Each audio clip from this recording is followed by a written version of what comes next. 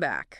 It's that time again, Halloween, and we couldn't let this season pass without taking a deep dive into the holiday itself, right? Oh, absolutely. It's the perfect time to delve into the history, the lore, all the spooky stuff that makes this holiday so fascinating. Right. So, we've got some really interesting sources lined up that are going to help us uncover the origins of Halloween. And not just the typical, trick-or-treating stuff. We're going way back to its ancient roots. Yeah, we're going to talk about the Celts and Samhain, and we're also going to touch on the Salem witch trials. Oh, yes, Get yeah, the a dark edge. chapter, Yeah. but a crucial one to understanding how Halloween evolved. Yeah, for sure. And then to lighten things up a bit, we'll wrap up with a classic ghost story. The Legend of La Llorona, always a chilling tale. So get ready for a journey that's both enlightening and a little bit spooky. I'm excited to get started. So let's dive in. Everyone knows Halloween, but where did it really come from? I mean, beyond the candy and costumes? Well, it all starts with the ancient Celts and their festival of Samhain. Samhain. Right. Okay, so tell us about that. Well, Samhain marked the end of the harvest and the beginning of winter, a time associated with death. Okay. Yeah, that makes sense. And the Celts believed that on the night of October 31st, the boundary between the worlds of the living and the dead became blurred. Oh, so that's where the whole ghost thing comes from. Exactly. They believed that spirits could cross over into the realm of the living on that night. So they dressed up in costumes and lit bonfires to ward off those spirits. Exactly.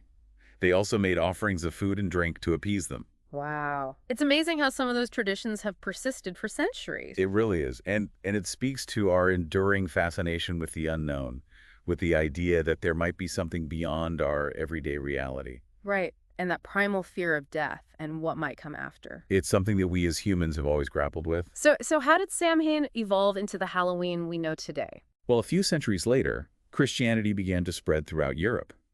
And in the 8th century, Pope Gregory V designated November 1st as All Saints' Day, a day to honor all Christian saints. Okay. And the evening before All Saints' Day became known as All Hallows' Eve, which eventually was shortened to Halloween. Uh-huh. So that's the connection. Exactly. So you see, Halloween is a blend of ancient pagan traditions and Christian influence. It's like a cultural tapestry woven together over centuries. Exactly. And that's what makes it so fascinating. You have these layers of meaning and symbolism that have been added and reinterpreted over time. So Halloween is more than just a holiday. It's a reflection of our history, our beliefs, and our fears. Absolutely. Yeah. And it's a reminder that the things that scare us, the things that we find mysterious and intriguing, they're often rooted in something much deeper than we might initially realize. It's like Halloween gives us a safe space to explore those fears through ritual and storytelling. You're right. It's a way for us to confront the darkness, to acknowledge it, and maybe even to find some humor in it. And in a way, that's empowering, isn't it? It's like saying we're not afraid of the dark. We're going to embrace it, have some fun with it. Exactly. And that's part of what makes Halloween so enduring. It's a celebration of our shared humanity, even in its darker aspects. And I think that's a perfect segue into our next topic, the Salem witch trials. Yes, a dark chapter in history, but one that holds important lessons for us even today. A reminder that our fascination with the supernatural can sometimes lead to fear, paranoia, and even tragedy. And that's a story we need to delve into. Yeah, so stay tuned. We'll be right back after a short break. All right, so we're back, and we're about to dive into some pretty dark territory with the Salem witch trials. Yeah, it's a chilling reminder that our fascination with the supernatural can have some very real and devastating consequences. For sure. So set the stage for us. What was happening in Salem back in 1692? Well, Salem Village in 1692 was a very religious community, and the belief in witchcraft and the devil's influence was very real to them. I see. So they were already kind of primed for suspicion and fear. Yeah. Exactly. Yeah. And life was hard back then. There were threats of disease, famine, conflict with Native American tribes. So Yeah. a lot of anxiety and uncertainty. Okay, so into this already tense environment comes a group of young girls who start exhibiting some really strange behaviors. Right. They were having fits, contortions, uncontrollable outbursts. Oh, wow. That's pretty scary to imagine, especially in a community that already believed in witchcraft. Exactly. And these girls claimed to be afflicted by witchcraft. And they started accusing people in the village, mostly women, of bewitching them. So it wasn't just about the supernatural then. There were social dynamics at play, too. Oh, absolutely. Many of the accused were social outcasts or women who didn't conform to the norms of the time. So it was a way to target people who were already marginalized. Exactly. And once those accusations were made, fear and paranoia just spread like wildfire. And that led to the infamous Salem witch trials. Right. A special court was convened to hear the cases, and over 200 people were accused of practicing witchcraft. It's hard to believe that accusations based on spectral evidence, visions, and dreams could lead to such serious consequences. But remember, this was a society where belief in the supernatural was deeply ingrained. People genuinely believed that witches existed and that they posed a threat to the community. So reason and due process went out the window. Pretty much. The trials were often chaotic and unfair, and the punishments were severe. 20 people were executed, hanged for a crime that we know didn't even exist. It's a horrifying example of what can happen when fear, superstition, and social prejudice run rampant. It's a dark chapter in American history, but it's also a reminder of the importance of critical thinking and protecting the rights of the accused. Absolutely. The Salem witch trials are a lesson that we need to keep learning and relearning throughout history. So how did this hysteria finally come to an end? Well, in September of 1692, the governor of Massachusetts finally intervened and disbanded the special court. It's interesting that it took the governor's own wife being accused for him to step in. Yeah. Sometimes it takes something that close to home for people to recognize the absurdity of a situation. And thankfully, in the years that followed, the colony acknowledged the injustices that had occurred and offered compensation to the families of the victims. It was a belated attempt to right a terrible wrong. Right. But the Salem witch trials remain a powerful reminder of the dangers of mass hysteria and the importance of protecting individual rights. Absolutely. And it's a reminder that we need to be vigilant about those same dangers even today. For sure. Because even though the Salem witch trials happened centuries ago, we still see similar dynamics at play in our world. Oh, definitely.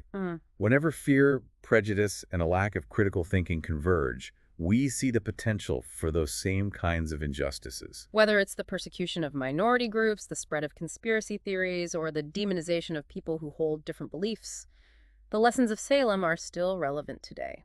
It's a sobering thought, but an important one to keep in mind. For sure. But for now, let's shift gears a bit and move away from the historical and into the realm of folklore and legend. Yeah. Let's talk about La Llorona. The Weeping Woman. A story that chills even to this day. It's a classic for a reason. It speaks to some of our deepest fears and anxieties. Exactly. So for those who aren't familiar with the story, can you give us a brief rundown? Sure. So the most common version of the legend tells of a woman named Maria, who is known for her beauty. She falls in love with a wealthy man they marry and have children. But then Maria discovers her husband's infidelity. Oh, no. So right away we have betrayal and heartbreak. Yeah, and Maria is consumed by grief and rage, so she commits an unthinkable act. She drowns her own children in a river. That's just horrifying. But it's also a story about the destructive power of grief, how it can lead to unthinkable actions. Exactly. And as soon as she does it, Maria is overwhelmed with remorse. She desperately searches for her children wandering along the riverbanks, crying out for them. Hence the name, La Llorona, the Weeping Woman. Right. And the legend says that she can still be heard crying near rivers and bodies of water, searching for her lost children. It's such a haunting image. And it's even more chilling if you think about the people who live near those places and claim to have heard her cries or seen her ghostly figure. Oh, absolutely. It's a story that's deeply embedded in the landscape. But it's not just a ghost story meant to scare people. It's also a cautionary tale, isn't it? Yeah. It warns against the dangers of jealousy, rage, and the consequences of our actions. And it's a reminder that grief can be a powerful and destructive force if we don't find healthy ways to cope with it. I think it also reflects societal anxieties about women and their emotions, how women are often portrayed as irrational and easily swayed by passion. So La Llorona becomes a symbol of female transgression punished for her actions in a way that reinforces patriarchal norms. That's one interpretation. But like any good myth or legend, the story of La Llorona is open to multiple interpretations. It's a story that continues to fascinate and terrify, and it reminds us that the line between the real and the imagined can be very blurry. Absolutely. Especially when it comes to our deepest fears and desires. So we've talked about the ancient Celts, the Salem witch trials, and the legend of La Llorona, and all of these stories tap into some pretty dark themes. Yeah, death, betrayal, fear the unknown. But Halloween is also a time for fun and celebration, so I think it's important to acknowledge that as well. Oh, absolutely. It's a time to dress up, tell stories, Eat candy and just let loose a little. Exactly. And it's a reminder that even in the face of darkness and uncertainty, there's always room for joy and laughter. And for the sheer joy of storytelling. But we've been focusing mostly on the American traditions of Halloween, and I think it's important to remember that this holiday is celebrated all over the world in various forms. We're right, Halloween has gone global. So let's take a look at how different cultures have embraced and reinterpreted Halloween, blending it with their own unique customs and beliefs. It's a testament to the enduring power of our fascination with the unknown and the supernatural.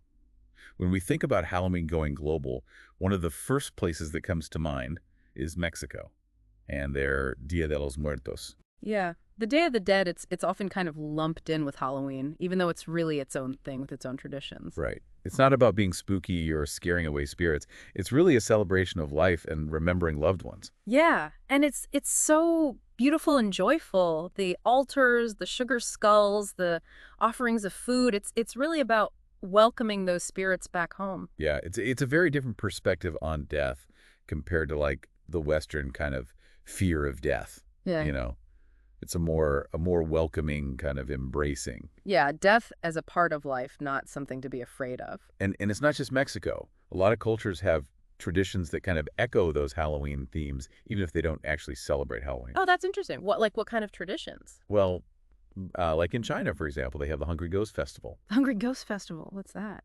It's a time when they believe the gates of hell open and spirits can wander around on Earth. Oh, wow. So kind of like the Celts in the veil between worlds thinning. Exactly.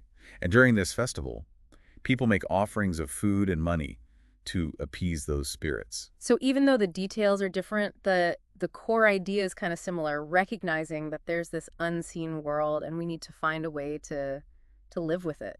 It's really fascinating how these traditions all around the world tap into something that's so universal about being human. Yeah, that relationship with death and the afterlife and the connections we have to our families and ancestors. And that might be why Halloween in all its different forms is still so popular around the world.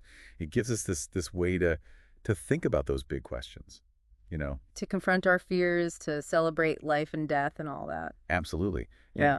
And it's like a reminder that even though death is going to happen, the the memories and the legacies we leave behind, they live on. Yeah, and traditions like Halloween or Dia de los Muertos, they give us a way to honor those legacies. Exactly. Well, we've covered a lot of ground in this deep dive. It's been quite a journey. Yeah, from the ancient Celts to Salem to La Llorona, all around the world.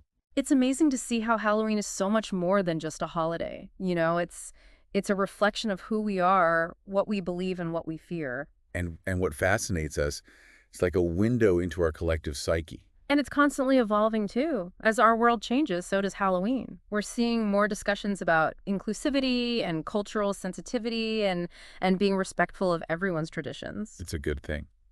It Hmm. means Halloween is staying relevant. It's not stuck in the past. Yeah, it's a living tradition that adapts with us. Exactly. So as we head into this Halloween season, I think it's a great time to think about what Halloween means to you personally. What are those stories or traditions that make it special? Maybe you have some awesome childhood memories of trick-or-treating, or maybe you're just drawn to those spooky stories and haunted houses. Whatever it is that connects you to Halloween, we hope this deep dive has given you a new appreciation for it. Yeah, for its history, its many meanings, and its power to just capture our imaginations. Absolutely. To go out there, carve those pumpkins, put on your costumes, and have a fantastic Halloween. Happy Halloween, everyone. Stay curious, stay spooky, and keep exploring the mysteries out there.